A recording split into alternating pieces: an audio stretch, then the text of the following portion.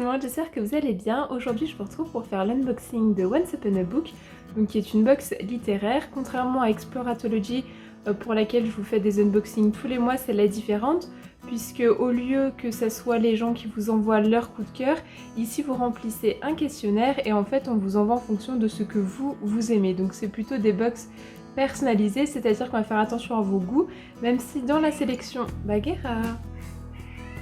Même si dans la sélection, vous pouvez choisir soit box personnalisée en fonction de ce que vous aurez renseigné dans le questionnaire, ou box coup de cœur, où là en fait vous aurez la sélection de Manon et Héloïse qui sont les deux gérantes et fondatrices de Once Upon a Book. Alors moi je commande pas de manière annuelle puisqu'il y a certains thèmes qui m'intéressent plus ou moins, mais par contre ce que je fais régulièrement, ce que je fais depuis je pense ces 3-4 dernières années, c'est que la box Halloween et de Noël, je les prends tout le temps puisque c'est des thèmes très spécifiques et que j'ai très envie de découvrir leur sélection qu'elles m'auront concocté par rapport à mes goûts. Donc là, pour ce mois-là, c'était Magie et mystère pour Halloween. Donc j'ai reçu le carton qui était malheureusement à cause du transport bien abîmé. J'ai quand même ouvert pour voir et à mon avis, rien n'est abîmé, c'est juste qu'en fait, ils ont essayé, je pense, de faire rentrer le carton en forçant un peu dans ma boîte aux lettres. Donc j'ai hâte de découvrir la box avec vous. Pour tous les renseignements concernant Once Upon a Book, je vous laisse leur site en barre d'infos. Et comme Exploratology, ce n'est pas des box, ce n'est pas des vidéos partenariat, je les achète moi-même et je vous les fais découvrir en vidéo parce que c'est des box que j'aime beaucoup et que j'ai envie de vous faire découvrir. C'est parti! Alors, c'est parti pour la box. Donc en fait, elle vous les emballe à chaque fois dans du petit paquet comme ça, Madame la Curieuse. Donc là, je l'ai ouvert pour vérifier que rien n'était abîmé, mais j'ai pas regardé spécifiquement les ouvrages. Mais à chaque fois, du coup, c'est très bien emballé, ce qui fait des jolis cadeaux si vous voulez offrir certaines box.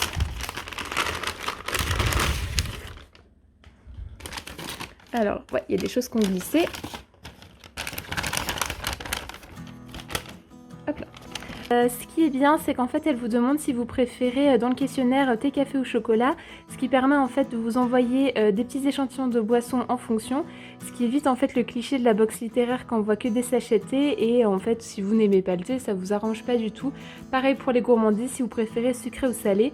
De toute manière, le questionnaire est quand même assez complet, donc en fait, généralement, ça évite que vous soyez déçus par quelque chose dans la box. Alors, on va prendre comme ça. Donc concernant le thé, on a du thé noir Breakfast, cette marque-là, donc c'est un thé bio.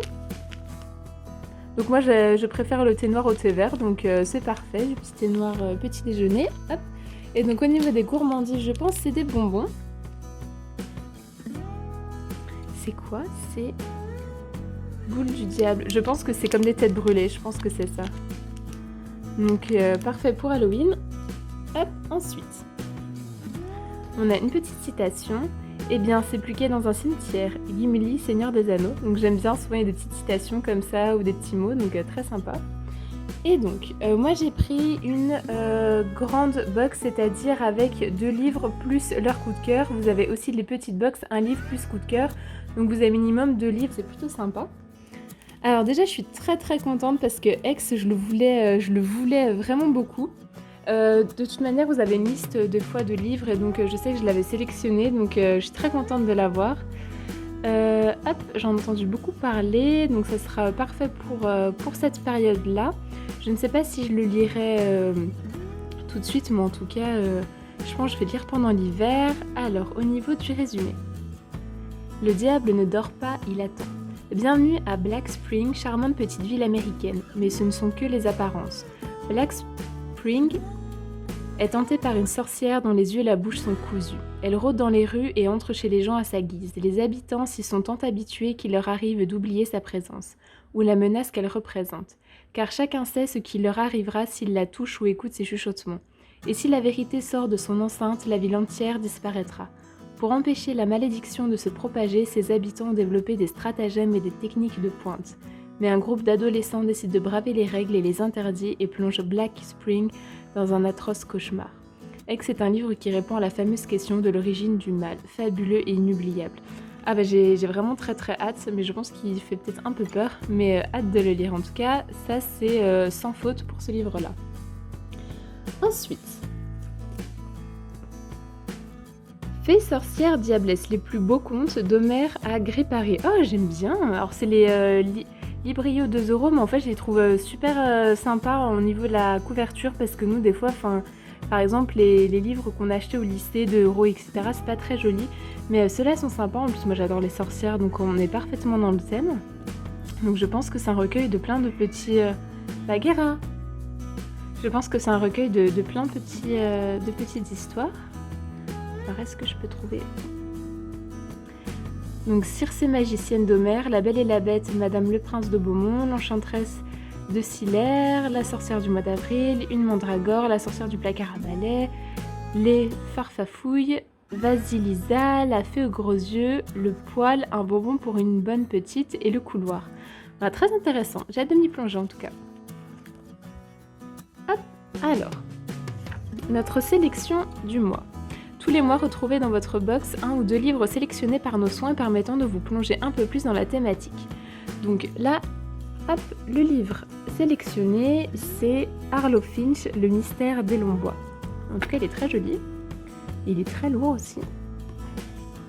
Ah oui, donc c'est écrit quand même assez gros dedans.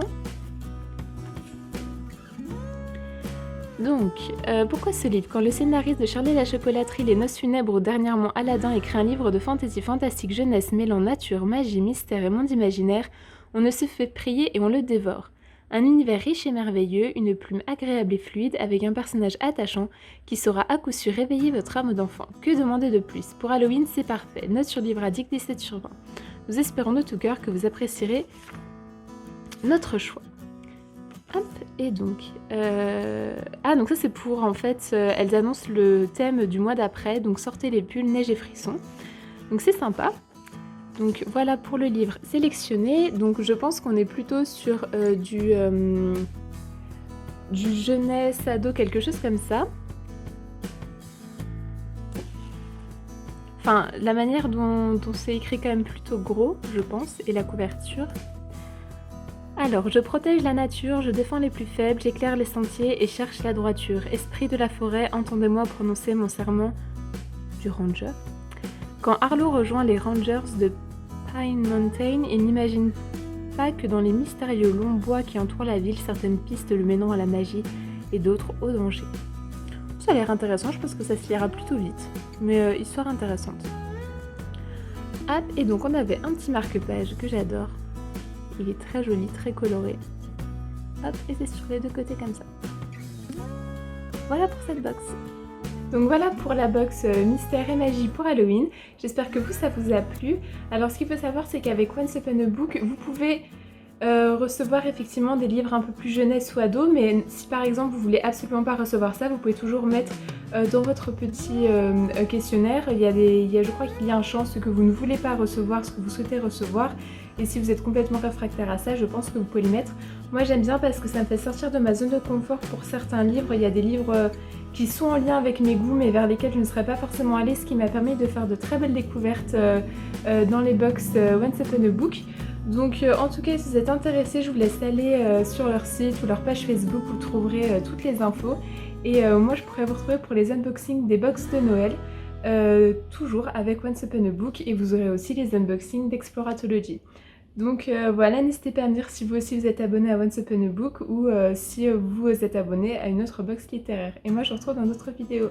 Salut!